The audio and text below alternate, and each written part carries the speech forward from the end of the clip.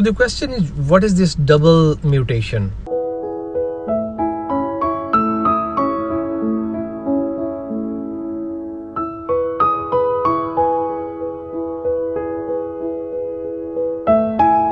अस्सलाम वालेकुम, दिन मलिक आपकी खिदमत में एक मरतबा फिर हाज़िर है। उम्मीद है आप सब लोग खैरियत से होंगे। पिछली वीडियो जो मैंने कोविड-19 के हवाले से बनाई थी, उसका जो वेरिएंट हांगकांग में आ चुका है N501Y, उसी से मुतल्लिक़, उसी से रिलेटेड ये वीडियो है। लास्ट वीक ग़ालिबन 19 अप्रैल को एक ख़बर हम सबको देखने को मिली, यहाँ पे मीडिया में, सोशल मीडिया में भी चली कि इंडिया से ये वायरस जो है ये यहाँ पे पहुँचा है। और जो फर्स्ट केस जो था वो कोई ख़बर कुछ यूँ थी कि a 29-year-old Indian engineer was diagnosed with N501Y and his girlfriend who lived with him at Parks building in Jordan was also infected. This became the first case of infection with the variant virus in the community. जब ये virus यहाँ पे पहुँचा तो लोगों में, यहाँ पे हांगकांग में लोगों में एक और परेशानी सी पैदा हो गई और सोशल मीडिया पे ये खबरें चलनी शुरू हो गई कि यार ये क्या चीज़ है, N501Y वेरिएंट, ये क्या बला है। इससे मुतल्लिका मैंने कुछ इन्फॉर्मेशन अपनी पिछली वीडियो में रखी थी। अभी थोड़ी सी इस पे और बात करते हैं कि ये हो क्या रहा है, ये क्या वेरिएंट बन रहे हैं, ये जो वर्ड्स इस्तेमाल हो रहे हैं, म्यूटेशन और वेरिएंट, ये क्या चीज़ है, इस पे थोड़ी सी रोशनी डालते हैं। So the question is, what is this double mutation. आपको याद है, आपने एक वर्ड सुना होगा, strain, UK strain, and then South African strain, and then now we heard about Indian strain. So ये क्या है? Now the people are talking about double strain. What is actually going on? कुछ समझ नहीं आ रही, ये क्या हो रहा है। कोविड-19 को समझते समझते इतना वक्त लग गया, अब ये डिफरेंट स्ट्रेन्स आ रही हैं, और ब्राज़ीलियन स्ट्रेन्स और साउथ अफ्रीकन स्ट्रेन्स। और मेरे पास जो इन्फॉर्मेशन है वो मैं कोई प्रोफेशनल नहीं हूँ इसमें, लेकिन जो इन्फॉर्मेशन जो है मैंने, ज़ाहिर आप भी ख़बरें पढ़ते हैं तो आप भी इस पे तबसरा कर सकते हैं, तो अपनी ये इन्फॉर्मेशन जो मैंने गैदर की है मैं आप लोगों तक पहुँचा रहा हूँ। डबल म्यूटेशन है, कोविड म्यूटेशन है, ये एक्चुअली है क्या। तो सम अप अगर मैं करूँ तो ये जो मुझे पता चला है, कहीं से मैंने पढ़ा, रिपोर्ट पढ़ी, तो ये दरअसल दो डिफरेंट किस्म के जो हैं जरासीम, जो वायरसेस आप जिन्हें कह लें, उनके आपस में मिलने से ये एक तीसरी किस्म जो बन रही है, इसको हम कहेंगे दो के मिलने से डबल, और मे भी अगर ये 3 के मिलने से बनेगी तो शायद इसको हम ट्रिपल बोलेंगे।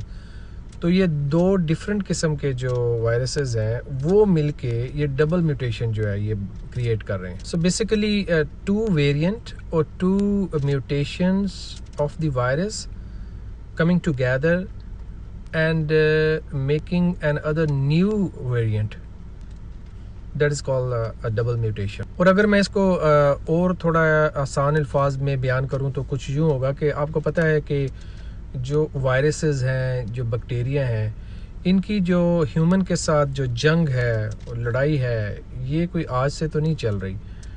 मुझे याद है जब हम पैदा हुए थे तो कुछ बीमारियों का हमने जैसे ही होश संभाला तो सुनना शुरू कर दिया, पोलियो, खसरा, टीबी और कितनी बीमारियां जिनकी वैक्सीन मैदान में आ चुकी थी, ऑलरेडी मौजूद थी।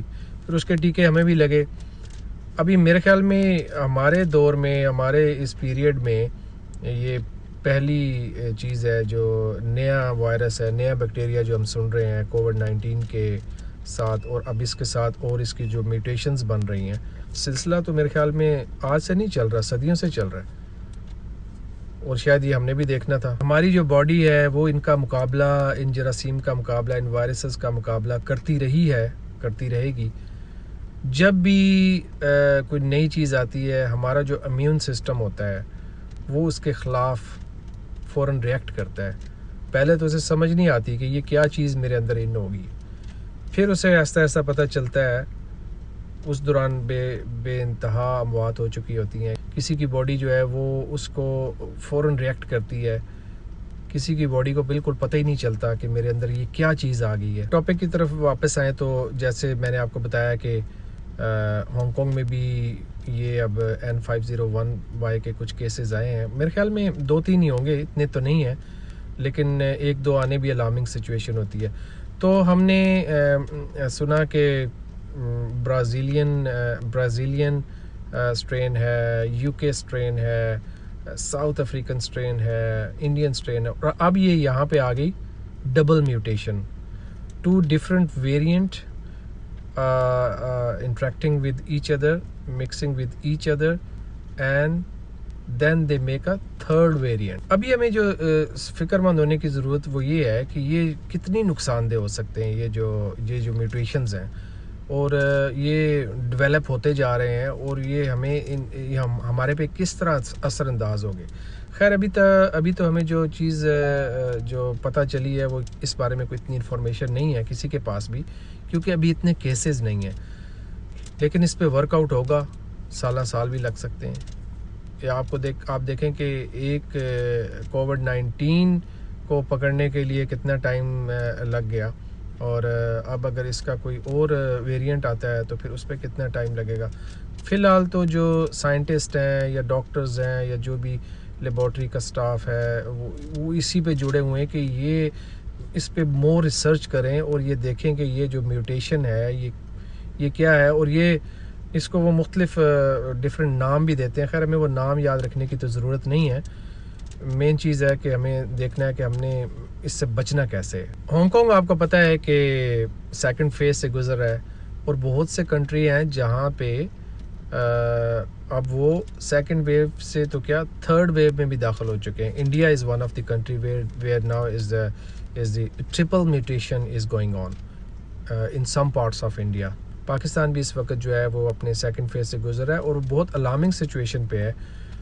इमरान खान की आपने वो लास्ट जो थी स्पीच सुनी होगी, जिसमें उन्होंने कहा कि लास्ट 10 रोज़ास जो हैं, जो आजकल रमज़ान अल मुबारक का महीना चल रहा है, तो आखिरी 10 रोज़े जो हैं वो कह रहे थे कि इसमें ये डिसाइड किया जाएगा कि मुल्क को लॉकडाउन करना है कि नहीं। और अब तक जो मुल्क लॉकडाउन नहीं हुआ तो वो सिर्फ़ और सिर्फ इस वजह से क्योंकि बहुत से गरीबों के रोज़गार ख़त्म हो जाएंगे, और मुमकिन है कि कोविड-19 से तो किसी ने क्या मरना है, अगर कारोबार ख़त्म हो गए या भूख और अफलास से लोग मर गए तो फिर कौन उसका ज़िम्मेदार होगा। तो इस वजह से हुकूमत ने भी काफ़ी कंट्रोल किया हुआ है, लेकिन अभी मेरे ख्याल में हुकूमत की भी जो है वो बस हो गई है, और अभी वो कोशिश कर रहे हैं कि भाई ये लोगों को जो है लास्ट वार्निंग जो है वो दी जाए। अब इसी तरह जैसे डबल म्यूटेशन की बात थी, उसी तरह ये जो ट्रिपल म्यूटेशन है, तो what is triple mutation? Again वही इसका आंसर है कि 3 डिफरेंट म्यूटेशंस और strains combine to form a new variant, you will call it triple mutation.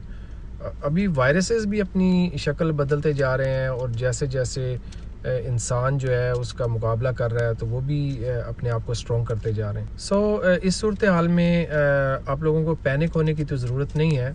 Obviously it's point of concern, but at this point what you people can do is keep your distance, put on your mask and wait for your turn, and when your turn came up then you get your vaccine। तो चलिए आपसे दोबारा किसी और video में मुलाकात होगी। ये वीडियो बहुत लंबी हो रही है, टॉपिक को यहीं पे क्लोज करते हैं। कुछ और इंटरेस्टिंग खबर, कुछ और इंटरेस्टिंग सोशल मीडिया में जो चल रहा है उससे मुतल्लिका खबर आपके सामने लेके दोबारा हाजिर होऊंगा। तब तक के लिए दिन मलिक को इजाज़त दीजिए, और जाते जाते चैनल सब्सक्राइब कर लें ताकि कुछ भी अगर मैं नया अपलोड करूं तो आपको फ़ौरन मिल जाए। दिन मलिक को इजाज़त दीजिए। अल्लाह हाफिज़।